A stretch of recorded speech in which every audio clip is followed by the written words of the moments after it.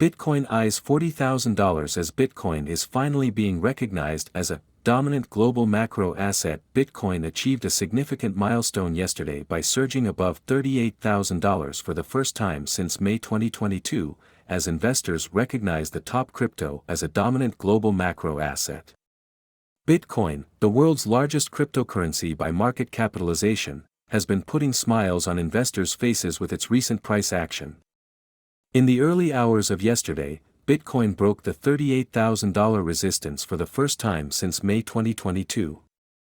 Bitcoin could hit $40,000 by weekend. Bitcoin stayed above $38,000 for hours yesterday, surging to around $38,350 before plunging to $37,800. At the time of writing this line, the world's largest cryptocurrency was changing hands at $37,850. Following Bitcoin's massive surge, it is evident that the cryptocurrency is attempting to push higher towards $40,000. Interestingly, Laurent Xies, a crypto exchange-traded product (ETP) expert, shares this sentiment in a recent interview. Xies speculated that the world's largest cryptocurrency could hit the $40,000 threshold over the weekend. According to Xies, the expectations of a spot Bitcoin ETF in the United States could add new layers of volatility to the market.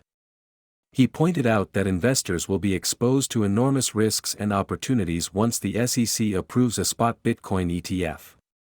Bitcoin recognized as a dominant global macro asset. Xies made the remark a few hours after Natalie Brunell, the host of Coin Stories podcast, emphasized that people gradually recognize Bitcoin as a dominant global macro asset with no issuer.